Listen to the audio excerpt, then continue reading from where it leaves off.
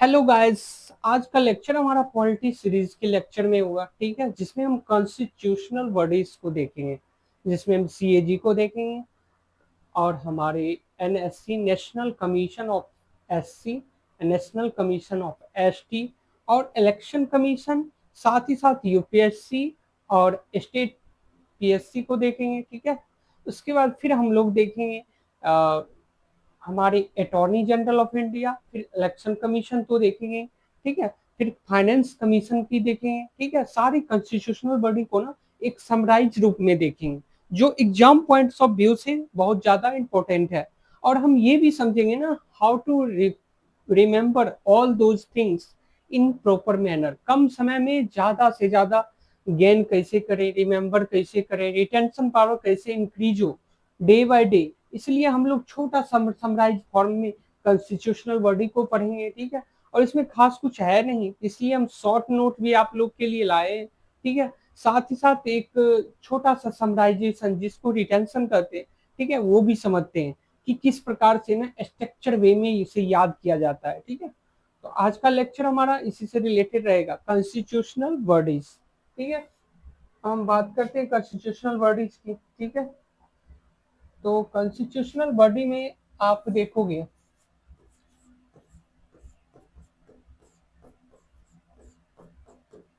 Constitutional bodies, ठीक है। हम कॉन्स्टिट्यूशनल बॉडीज में क्या देखते हैं, कॉन्स्टिट्यूशनल बॉडीज में हम देखेंगे सबसे पहले सीएजी को देखेंगे, ठीक है। अब आप बात करते हैं ना हम सीएजी की, किसकी बात करेंगे, सीएजी की। अब देखो सीएजी में हम देखते हैं, क्या देखते हैं कि उसके क्वालिफिकेशंस क्या होना चाहिए। फर्स्टली क्या हम देखेंगे, उसके पार्ट्स में देखेंगे कौन कौन से जो है ना फॉर्म में उसे रिमेम्बर किया जाता है। लाइक जैसे हमारा देखो सबसे पहले क्या होना चाहिए, उसके आर्टिकल्स रिमेम्बर होनी चाहिए, किस आर्टिकल में मेंशन है। दूसरा दूसरा उसके क्वालिफिकेशंस क्या है, ठीक है, क्वालिफिकेशंस देखेंगे। तीसरा उसमें टेन्योर क्या है, टर्म क्या है, टर्म देखेंगे, ठीक है, टर्म ऑफ द हाउस। फिर क्या देखेंगे, उसके रिमूवल प्रोसेस, किसके रिमूवल प्रोसेस क्या है, ठीक है, उसे किस प्रकार से रिमूव किया जाता है। फिर क्या देखेंगे, उसके उसके फंक्शंस को देखेंगे, फंक्शन क्या करते हैं वो, ठीक है, फंक्शन,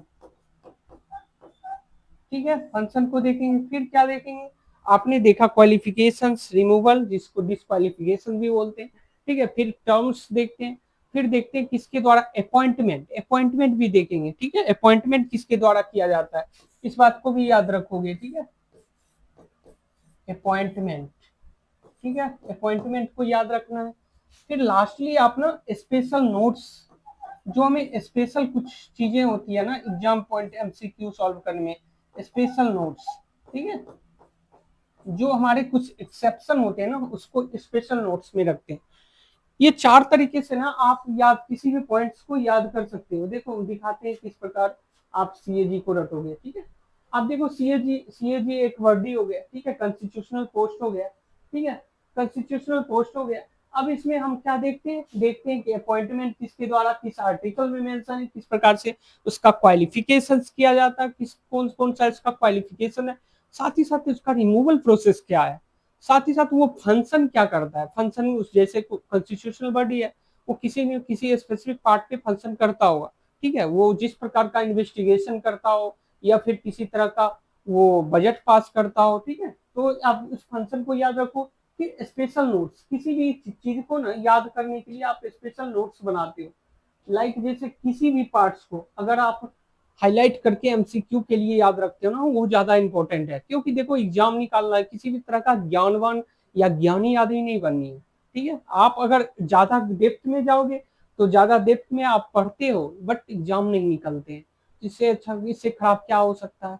आप ज्यादा से ज्यादा जल्दी रिकॉल करने की कोशिश करो, साथ ही साथ एमसीक्यू प्रैक्टिस मोर देन, जो होता है ना 10,000 अगर एमसीक्यू प्रैक्टिस करते हो ना, तो ऑलरेडी आपको हर चीज जो है ना याद हो जाएगा।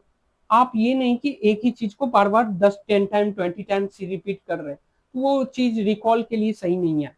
जैसे हमको उनको याद रहता है ना किसके द्वारा अपॉइंटमेंट किया जाता है? राष्ट्रपति के द्वारा। सीएजी को किसके द्वारा अपॉइंटमेंट किया जाता है? राष्ट्रपति के द्वारा।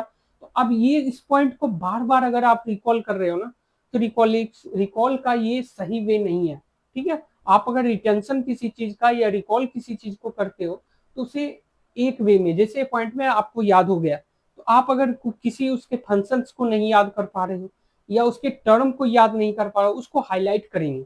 उसे जब सेकेंड टाइम रिवीजन करेंगे या रिकॉल करेंगे, उस टाइम उसे सिर्फ पढ़ेंगे, ठीक है। ये नहीं कि अपॉइंटमेंट को बार बार पढ़े जा रहे हो, उसमें समय दिए जा रहे हैं, तो उससे भी आपका समय का क्या होता है? लॉस होता है और कुछ भी नहीं मिलता, उसका कोई बेनिफिट्स नहीं होता।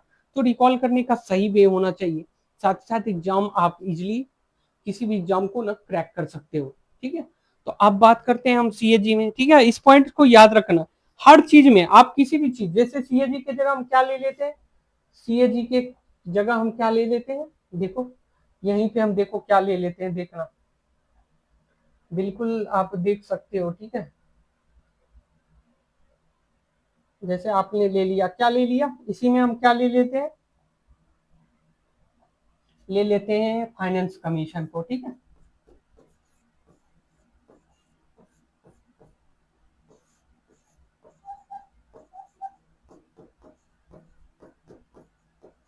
किसको ले लिया? फाइनेंस फाइनेंस कमीशन को, ठीक है।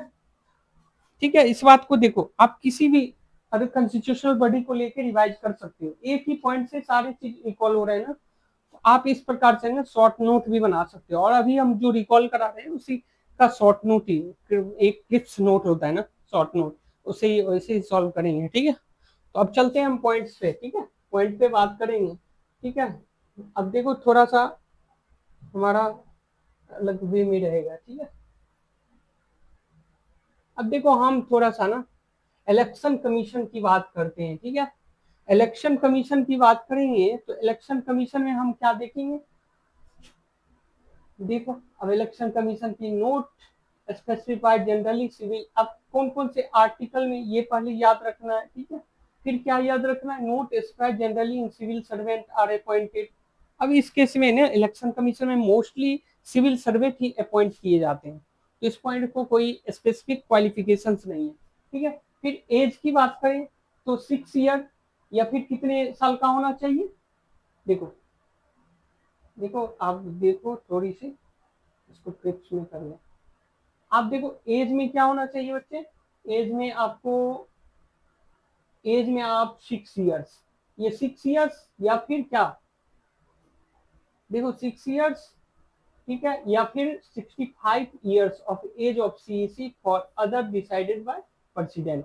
अब क्या होना चाहिए? 6 ईयर्स का होना चाहिए या फिर 65 ईयर्स, किसी में से एक कंप्लीट हो जाता है ना, तो उस केस में वो। साथ ही साथ अदर जो ईसी, जैसे एक सीईसी है chief election commissioner, other 2 election commissioner है, ठीक है। सारे के फंक्शन जो है ना, सारे के कार्यभार एक सब फंक्शन सेम है, ठीक है। बट इसको कौन अपॉइंटमेंट, कौन डिसाइड कर रहा है उसके एज को? प्रेसिडेंट डिसाइड कर रहा है। अब क्या रहा? By the president, reappointment by the president not possible except EC promoted to CEC, ठीक है। अगर आप सीईसी पे रहते हो ना, किसी भी तरह का रीअपॉइंटमेंट नहीं हो सकता। अगर आप ईसी रहते हो तो सीईसी में आपको कर सकता है रिअपॉइंटमेंट प्रेसिडेंट के द्वारा, ठीक है। इस बात को याद रखेंगे। साथ ही साथ हम लोग similar to the removal of जज ऑफ एससी, अब सीईसी को किस क्राइटेरिया के आधार पर हटाया जा सकता? सिमिलर फंक्शन है, किसके द्वारा? जज का जो होता है ना, जज का रिमूवल, सेम फंक्शन है उसका रिमूवल का, किसके रिमूवल का? सीईसी का, चीफ इलेक्शन कमीशन का। फिर अदर 2 इलेक्शन कमीशन का क्या है? अदर 2 इलेक्शन कमीशन का क्या है? EC are remove as per recommendation of CEC. अब क्या होगा? इसी के केस में अदर 2 जो इलेक्शन कमीशन है, उसे किस आधार पे? सीईसी के एडवाइस के आधार पे प्रेसिडेंट के द्वारा उसे रिमूव किया जाएगा, ठीक है। अब बात करते हैं उसके फंक्शन की, सिमिलर टू, अब देखो क्या है, पहले डिमिलिटिंग, अब देखो सब सारे फंक्शन इसके दिखाते हैं, ठीक है। हम देखते हैं इसके फंक्शन को,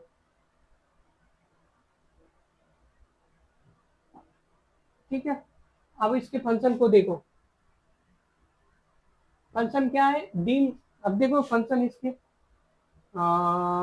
देखो डिलिमिटिंग constituency, revise electoral roll, grants recognition on political party। किसी भी तरह का ग्रांट्स कौन देता है? पॉलिटिकल पार्टी को। कौन देता है? Election commission. साथ ही साथ रिमुलेटिंग मतलब उसके सीट का एलोकेशन, उसके एरिया का एलोकेशन किसके द्वारा? Election commission. साथ ही साथ रिवाइज इलेक्टोरल रूल, वो भी रिवाइज करेगा कौन? इलेक्शन कमीशन का काम है, ठीक है। और साथ ही साथ settle dispute related to recognition, split, merger और सिंबल ऑफ पार्टीज। किसी भी तरह का सिंबल हो, किसी भी तरह का क्या हो, किसी भी तरह का रिकॉग्निशन हो या मर्जर कर रहा हो पार्टी, तो उस केसेस में कौन करता है? इलेक्शन कमीशन देता है, ठीक है।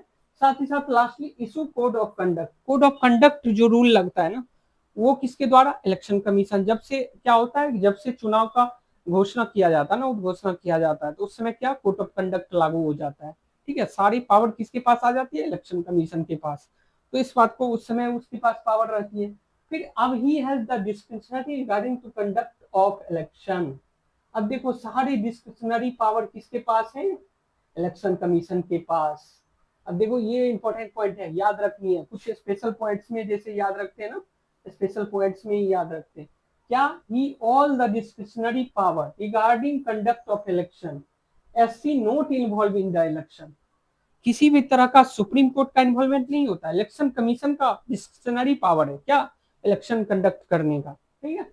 उसके बाद panchayat and municipality does not have the power to be registered political party. Panchayat या म्युनिसिपैलिटी के पास नहीं है, ठीक है। अब देखो हमारा जो पंचायत और म्युनिसिपैलिटी का चुनाव होता है ना, वो कौन करता है? स्टेट इलेक्शन कमीशन, न कि आप याद रखना कि कभी भी इलेक्शन कमीशन, ठीक है, उसके द्वारा जैसे सेंट्रल का इलेक्शन कमीशन और स्टेट का स्टेट इलेक्शन कमीशन म्युनिसिपैलिटी या पंचायत का चुनाव कराता है। लेकिन अदर जो चुनाव है, जो हमारा राष्ट्रपति का चुनाव है, वाइस प्रेसिडेंट का चुनाव है, स्टेट लेजिस्लेटिव का चुनाव है, ठीक है, एमपी का चुनाव है, मेंबर ऑफ पार्लियामेंट का चुनाव, ये सब कौन से कंडक्ट कराएंगे? इलेक्शन कमीशन कंडक्ट कराते हैं, ठीक है। इस बात को याद रखनी है, ठीक है। अब चलते हैं हम दूसरे दूसरे फंक्शन पे चले। दूसरे फंक्शन पे हम देखते हैं, ठीक है। दूसरे पॉइंट को आप रिकॉग्नाइज करोगे, ठीक है। अब देखो हम यूपीएससी की बात करें, ठीक है, यूपीएससी की बात करें तो यूपीएससी के केस में क्या होता है? आर्टिकल कितने से कितने में मेंशन है, अब बताओ। आर्टिकल 365 15 से 323 तक याद रखना है, ठीक है। यूपीएससी का जो है ना आर्टिकल क्या है? 315 टू 323। अब देखो at least 1/3 members including chairperson should have held office under government of India या government of state into minimum 10 years। 10 साल का क्या होना चाहिए? गवर्नमेंट इंडिया में वर्क किया हो, ठीक है, किसके रूप में? हेल्ड ऑफ किसी भी तरह का ऑफिस में, ठीक है। अब 6 ईयर या इसके टर्म्स क्या है? 6 ईयर्स या 65 ईयर्स ऑफ एज, किसी में एक पूरा होगा तो उसके क्वालिफिकेशन फिक्स है, ठीक है। अब हम बात करते हैं किसके द्वारा किया जाता? By the president, not possible except member appointment to the post of chairperson. अगर चेयरपर्सन की पोस्ट पे हो ना, जैसे होता है ना ऑफिस ऑफ प्रॉफिट नहीं होना चाहिए, ठीक है, उससे पहले आपको रिजाइन देना पड़ेगा, ठीक है। अब आप बात करते हैं ना रिमूवल की, तो बाय द, अब देखो रिमूवल का केस कौन कौन से लागू होता है, ठीक है, दोनों का देखना, ठीक है। अब देखो इसमें भी हमारा SPSC state public service commission में क्या है? इसमें भी 1/3 वन हाफ जो at least half of the members including chairperson should have held office under government of India, वो हेल्ड होना चाहिए गवर्नमेंट ऑफ इंडिया। साथ ही साथ इसका भी देखो 6 ईयर्स या 62 ईयर 62 ईयर्स ऑफ एज। अब उसमें क्या था? 65, इसमें क्या है? 62। इस पॉइंट को अच्छे से रिमेम्बर करना है, ठीक है। साथ ही साथ अब देखो, अब दोनों का देखो, इसके किसके द्वारा ये किया जाएगा? अब देखो बात आती है अपॉइंटमेंट की, तो बाय द प्रेसिडेंट, कौन से? यूपीएससी के केस में, और स्टेट पीसीएस के केस में गवर्नर, याद रखना। अब कर रहा है कि can be appointed as the member of UPSC और चेयरपर्सन ऑफ एसपीएससी। अब मेंबर हो सकता है, ठीक है, अपॉइंटमेंट किया जा सकता है, या फिर चेयरपर्सन अपॉइंटमेंट किया जा सकता है, ठीक है, ये बात याद रखनी। अब चलो हम चलते हैं इसके दोनों के रिमूवल के केस में। रिमूवल को केस को देखते हैं, ठीक है। रिमूवल के केस में हमारा जो है ना होता है ना, देखो रिमूवल की केस की बात करें तो बाय द प्रेसिडेंट, अब देखो दोनों में सेम केसेस है, बाय द प्रेसिडेंट, किसके द्वारा किया जाएगा, प्रेसिडेंट के द्वारा, ठीक है, प्रेसिडेंट के द्वारा किया जाएगा। यदि इंसॉल्वेंसी हो या पेड हो या अनएम्प्लॉय पेड एम्प्लॉयमेंट हो, ठीक है, अनफिट हो, किसी भी तरह का अनफिट हो, अनसाउंडेड माइंड या किसी भी तरह का अनफिट जैसे होता है ना, किसके द्वारा प्रूव किया गया, किसी भी ऑफिस जैसे हेल्थ अस्पताल के द्वारा, जो कि जज के द्वारा प्रूव हो, कोर्ट के द्वारा, ठीक है। और साथ ही साथ misbehaviour decided by supreme court, अगर मिसबिहेव कर रहा हो ना, सुप्रीम कोर्ट के द्वारा डिसाइड किया गया तो उस केसेस में, ठीक है। ये सभी दोनों में देखो सेम है, ठीक है, दोनों का रिमूवल का सेम प्रोसेस है, लेकिन ये भी प्रेसिडेंट, अभी इस बात को ध्यान रखो कि appointment state public service commission का गवर्नर कर रहा है, लेकिन हटा कौन रहा है, प्रेसिडेंट हटा रहा है, ठीक है। और दोनों के केस में यूपीएससी और SPSC, state public service commission, दोनों के केस में वही बात है, ठीक है।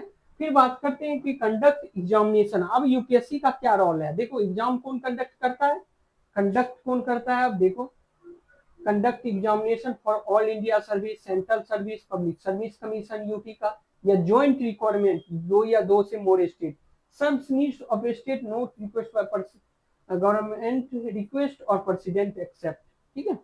किसी भी तरह का अगर काम देता है ना प्रेसिडेंट, वो उसमें इन्वॉल्व होता है, ठीक है। साथ ही साथ वो ज्वाइंट जो पब्लिक सर्विस कमीशन उसे कंडक्ट करता है दो या मोर स्टेट में, ठीक है। साथ ही साथ एग्जाम जो कंडक्ट करता है ना ऑल इंडिया सर्विस यूपीएससी का, ठीक है, यूनियन पब्लिक सर्विस वो करता है, ठीक है। तो इस प्रकार का याद रखना। फिर वॉच, अब इसका देखो क्या काम है, ये actually it is watch dog. अब देखो same conduct examination for appointment to service of state, state के केस में एसपीएससी, कोई भी तरह का एग्जाम स्टेट पीसीएस से रिलेटेड, ठीक है, सिविल सर्विस से रिलेटेड, वो स्टेट का कौन कराएगा, स्टेट पीसीएस, ठीक है। तो इस बात को याद रखना। फिर आप देखो दोनों का क्या है स्पेशल पॉइंट, ठीक है।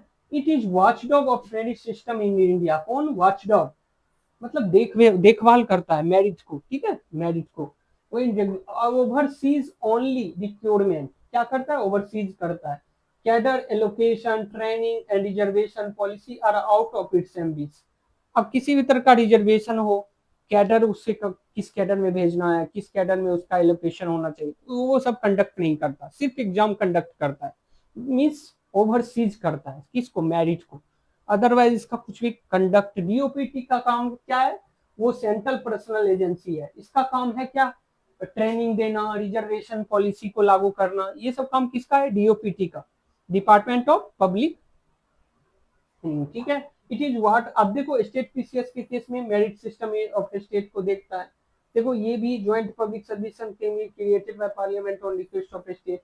अब देखो हम आर्टिकल 315 में क्या देखे थे, राज्यसभा जो है ना इकलौता एक ऐसा स्पेशल पावर है कि वो किसी भी ज्वाइंट पब्लिक सर्विस कमीशन को क्रिएट कर सकता है, ठीक है, जो स्टेट के लिए स्टेट के इंटरेस्ट में हो, ठीक है।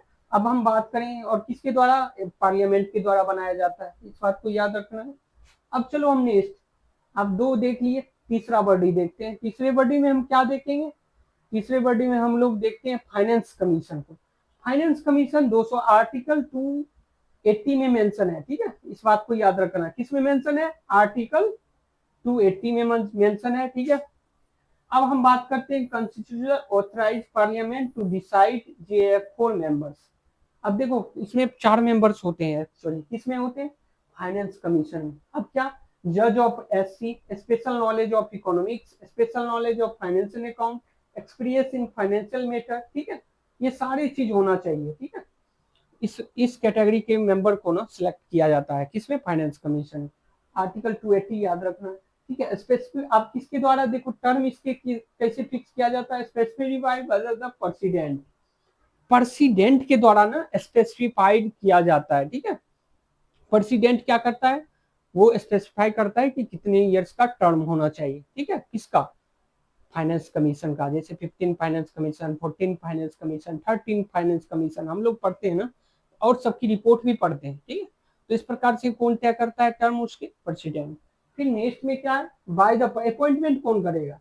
अब देखो ये सारे अपॉइंटमेंट ज्यादातर आप देखोगे ना प्रेसिडेंट करते हैं, स्टेट पीसीएस के केस में सिर्फ गवर्नर करते हैं, अदर कौन कर रहा है, प्रेसिडेंट कर रहा है अपॉइंटमेंट, क्योंकि कॉन्स्टिट्यूशनल बॉडी है, कॉन्स्टिट्यूशनल हेड कौन सा है, प्रेसिडेंट है, तो वही करेगा अपॉइंटमेंट। ऑलरेडी कुछ पॉइंट ना ट्रिकी रूप से आपको याद रखनी है, ठीक है। अब बात करते हैं कि all the members are eligible, किसी भी तरह का मेंबर्स क्या है, एलिजिबल है, ठीक है। कौन कौन सा आपने देखा क्वालिफिकेशन इसके। अब कह रहा है कि इसके रिमूवल के प्रोसेस ना, no procedure mention in the constitution, किसी भी तरह का रिमूवल का प्रोसेस ना कॉन्स्टिट्यूशन में मेंशन नहीं है, किसका, फाइनेंस कमीशन का, याद रखना आर्टिकल 280, ठीक है। अब हम बात करते हैं हॉरिजेंटल एंड वर्टिकल डिस्ट्रीब्यूशन। अब इसका देखो फंक्शन बहुत अच्छे हैं, ठीक है। Horizontal and vertical distribution of net procedure of taxes, horizontally भी क्या करता है, वो करता है, और वर्टिकली दोनों टैक्स का वितरण करता है कि स्टेट में किस प्रकार से टैक्स का वितरण होना चाहिए, किस प्रकार से हमारा सरकार जैसे होता है ना स्टेट, म्यूनिसिपैलिटी, पंचायत, इस प्रकार से किस प्रकार से होना चाहिए, ठीक है। ये सारी डिस्ट्रीब्यूशन का काम किसका, फाइनेंस कमीशन का। Grants in act to state, और ग्रांट देना, ग्रांट देने की जिम्मेवारी किसकी है, ये फाइनेंस कमीशन की है, ठीक है। रिसोर्स आपका supplement to the resources available to the panchayat and municipality, और सारे सप्लीमेंट जो रिसोर्स कौन देता है, ये भी हमारे फाइनेंस कमीशन के द्वारा ही दिए जाएंगे, ठीक है। फिर नेक्स्ट में other matters refer to the president, अगर किसी भी तरह का मेटर प्रेसिडेंट के द्वारा दिया जाता है वो भी वो क्या करता है, रिजॉल्व करता है, ठीक है। फाइनेंस कमीशन के पास पावर है। अब देखो हैज ओनली, अब क्या रहा है, फाइनेंस कमीशन का काम स्पेशल फंक्शन को याद रखना है, ठीक है, स्पेशल नोट्स जिसको बोलते हम लोग सिलेक्ट करके रखते हैं, हैज ओनली एडवाइजरी पावर।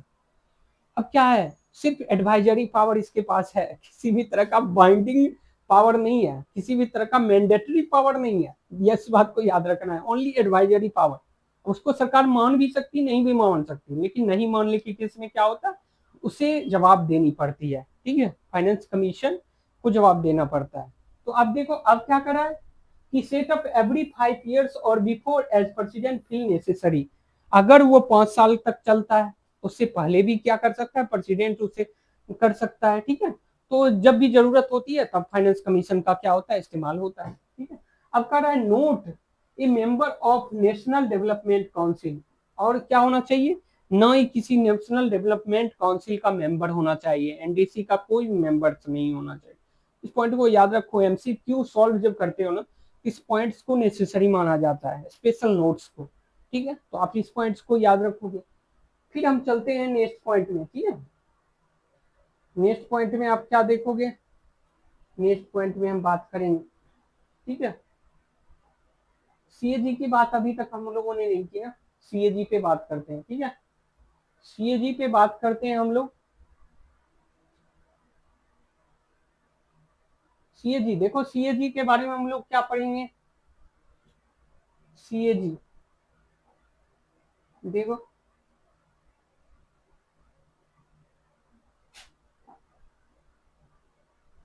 देखो सीएजी किसमें मेंशन है, आर्टिकल 148, आर्टिकल किसमें 148, इस बात को याद रखना। देखो सारे आर्टिकल्स कम से कम याद रखना पड़ेगा, ठीक है। और एक आर्टिकल का क्लास लेंगे ना, उसमें आपको इजिली ट्रिकी हम बताएंगे किस प्रकार से याद किया जाता है। तो अभी तत्काल कॉन्स्टिट्यूशनल बॉडी को तो हर हमेशा याद होना चाहिए, ठीक है।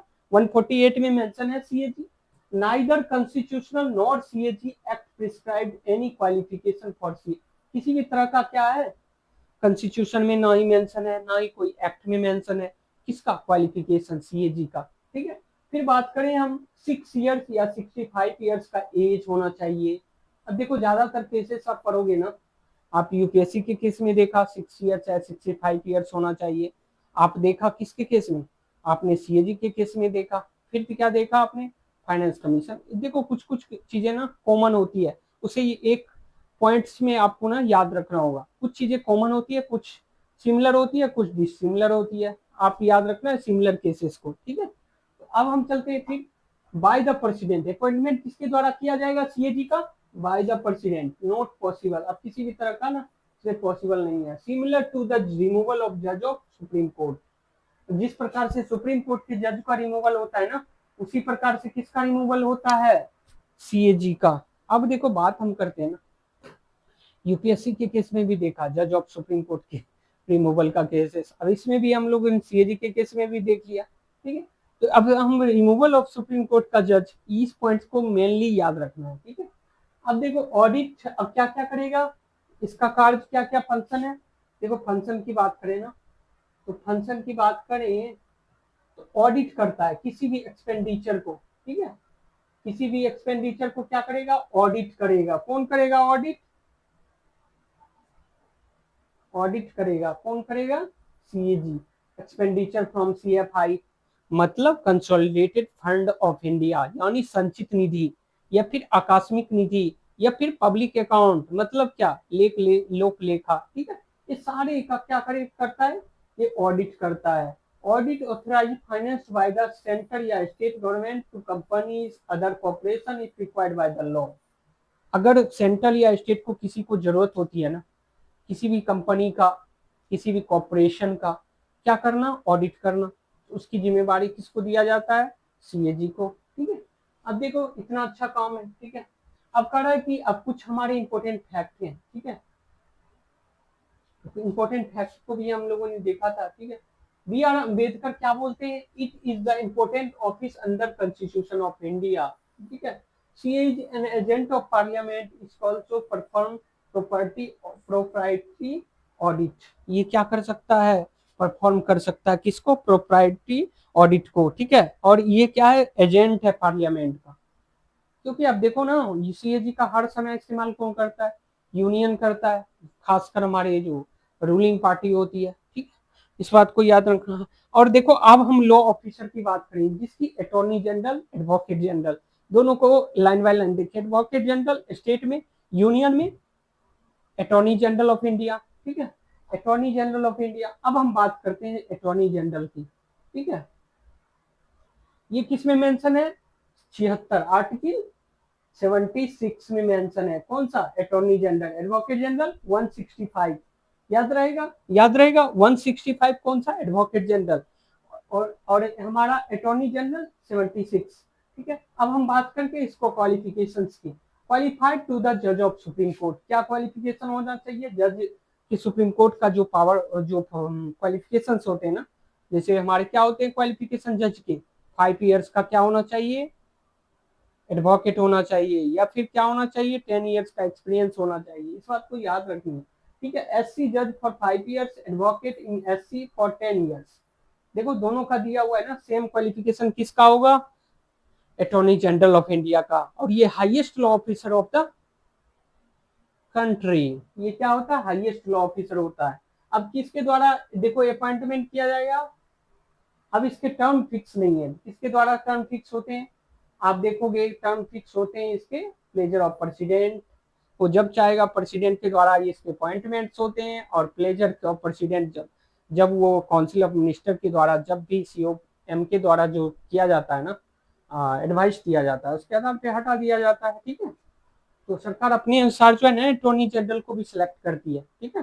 तो इस बात को भी याद रखना है। एडवोकेट जनरल के केस में प्लेजर ऑफ गवर्नर, स्टेट का सर्वेसर्वा हेड कौन होता है, गवर्नर। तो गवर्नर के द्वारा कॉन्स्टिट्यूशनल हेड जो भी रहेगा, bye the president, by the governor. Advocate general के केस में, स्टेट के केस में गवर्नर कौन करता है, अपॉइंटमेंट करता है। और हमारा अटॉर्नी जनरल यूनियन के केस में हमारा प्रेसिडेंट करता है, ठीक है। अब देखो हम बात करें ना बाय द, अब इसके फंक्शन क्या है, ठीक है।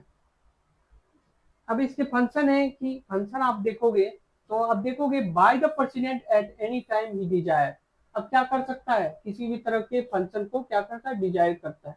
And submit resignation. अब रिमूवल की बात हो रही है, ठीक है। रिमूवल क्या कर सकता है, किसी भी समय प्रेसिडेंट को डिजायर कर सकता है, अपना रिमूवल दे सकता है।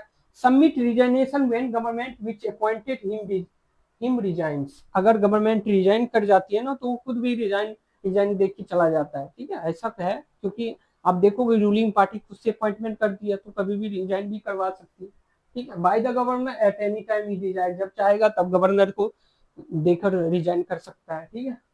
अब कह रहा है कि गवर्नमेंट ऑन लीगल मेटर्स, किसी भी तरह का लीगल मेटर्स जो एडवाइस होगा ना वो देगा, ठीक है।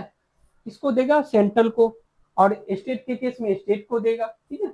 अब perform legal duties assigned by president, अगर परफॉर्म करता है किसी भी तरह का लीगल ड्यूटी जो किसके द्वारा, प्रेसिडेंट के द्वारा तय किया जाता है, असाइन किया जाता है।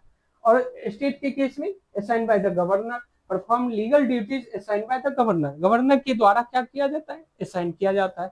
Then the perform function of the attorney general और एडवोकेट जनरल। अब इसका क्या है, highest law officer in the country has right to ordinance in all court, किसी भी कोर्ट में क्या ऑर्डिनेंस पावर है, अब ऑडियंस पावर है, सॉरी ऑडियंस में किसी भी कोर्ट में वो बैठकर सुन सकता है, ठीक है, किसी भी प्रोसीडिंग कोर्ट के प्रोसीडिंग में वो भाग ले सकता है। तो कितनी बड़ी पावर है देख लो, is the highest law officer in the state. अब ये भी स्टेट का, ये भी किसी तरह का, all courts in state and right to take part in proceeding both house count vote, किसी भी तरह का वोट नहीं कर सकता, बट क्या है, प्रोसीडिंग में भाग ले सकता है, किसमें, अब देखो किसमें, बोथ हाउस, किसी भी बोथ हाउस में, जैसे स्टेट लेजिस्लेटिव या स्टेट लेजिस्लेटिव काउंसिल में, ठीक है। आप एडवोकेट जनरल की बात कर रहे हो ना, तो ये स्टेट के केस में पार्लियामेंट में, दोनों हाउस में, राज्यसभा लोकसभा में क्या कर सकता है, वो बैठ सकता है, पार्टिसिपेट कर सकता है, बट वोट नहीं कर सकता, वोटिंग की पावर नहीं है, ठीक है, अटॉर्नी जनरल की, ठीक है। अभी इस दो पावर को देखिए आप लोगों ने, ठीक है। अब हम चलते हैं ना नेक्स्ट, नेक्स्ट हम देखेंगे किसको, देखेंगे SC ST और हमारा जो हमारा बैकवर्ड क्लासेस है ना उसके, ठीक है, कौन कौन से, 338 में कौन सा है, नेशनल कमीशन ऑफ SC, और ST का क्या है, नेशनल 338 के ए में, 338 के ए में है। फिर क्या है, NCBC बैकवर्ड क्लासेस का कौन सा है, 338 के बी में। अब देखो तीनों के क्या है, क्वालिफिकेशंस कहीं भी मेंशन नहीं है कॉन्स्टिट्यूशन में, इसके तीनों के याद रखने, तीनों के note mention in the constitution, किसके केस में, national commission of SC, national commission of ST, national commission of backward classes BC, ठीक है। अब कह रहा है कि डिटरमाइंड बाय प्रेसिडेंट, क्या किया जाएगा इसके द्वारा, टर्म इसके किसके द्वारा फिक्स होंगे, प्रेसिडेंट के द्वारा, तीनों के, ठीक है, तीनों के। अब फिर क्या है, appointment bye the president, bye the president, bye the president, तीनों के अपॉइंटमेंट कौन करेंगे, प्रेसिडेंट करेंगे, ठीक है। अब देखो रिमूवल की बात, रिमूवल कौन करेगा, प्रेसिडेंट ही करेगा, क्योंकि कॉन्स्टिट्यूशनल बॉडी है, कॉन्स्टिट्यूशनल पार्ट्स है, ठीक है, तो दोनों का रिमूवल करेगा। फिर क्या है, इन्वेस्टिगेशन, अब इसके फंक्शंस को देखो, फंक्शन क्या करता है, investigation and monitor constitutional safeguard for SC का कोई भी सेफगार्ड, या फिर क्या, इन्वेस्टिगेशन या monitor, advice to planning and socio economic development of SC, किसी भी तरह का SC का डेवलपमेंट की बात हो या मीटिंग की बात हो, किसी भी तरह का कॉन्स्टिट्यूशनल हेरा फेरी जैसे होता है ना, चेंजेज होता है, तो उसमें पार्टिसिपेट करता है, ठीक है। अब हम बात करते हैं उसी प्रकार से ये भी देखो, कोई SC के केस में, ST के केस में भी सेम चीजें हैं, ठीक है, रिलीफ इफेक्टिव डेवलपमेंट, ठीक है। ये बैकवर्ड क्लासेस के रूप में कौन करता है, बैकवर्ड कमीशन, ठीक है। अब सबके पास क्या पावर है, civil power, it has the power of civil court, civil court का पावर है। It submit report to president relate to parliament, action taken is provided. अब कह रहा है सबसे पहले रिपोर्ट किसको देता है, प्रेसिडेंट को देता है, तीनों अपना रिपोर्ट किसको देगा, प्रेसिडेंट को, देन क्या होगा, पार्लियामेंट में प्रेसिडेंट उसको सबमिट करेगा, ठीक है। तो इस प्रकार से इसका काम होता है कि तीनों अपने अपने जो होते हैं ना, जैसे हमारी रिजर्वेशन का SC ST BC सबका, वो क्या करता है, एक सेफगार्ड के रूप में वर्क करता है, ठीक है। इन्वेस्टिगेशन या उसका किसी भी तरह का डेवलपमेंट की बात हो, कॉन्स्टिट्यूशनल चेंजेस की बात हो, ये सारे काम उसके हैं, ठीक है। कॉन्स्टिट्यूशनल बॉडी है तो कॉन्स्टिट्यूशनल काम है, ठीक है। इस प्रकार से दोनों PPT को ना आप याद रखो, एक शॉर्ट में वे में भी आपको याद रखनी है, ठीक है। तो आप लोगों ने आज कॉन्स्टिट्यूशनल बॉडी को देखा, फिर आप नॉन कॉन्स्टिट्यूशनल बॉडी को पढ़ेंगे, फिर आप इस प्रकार से ना कुछ शॉर्ट नोट्स भी हमने बनाया है, ठीक है।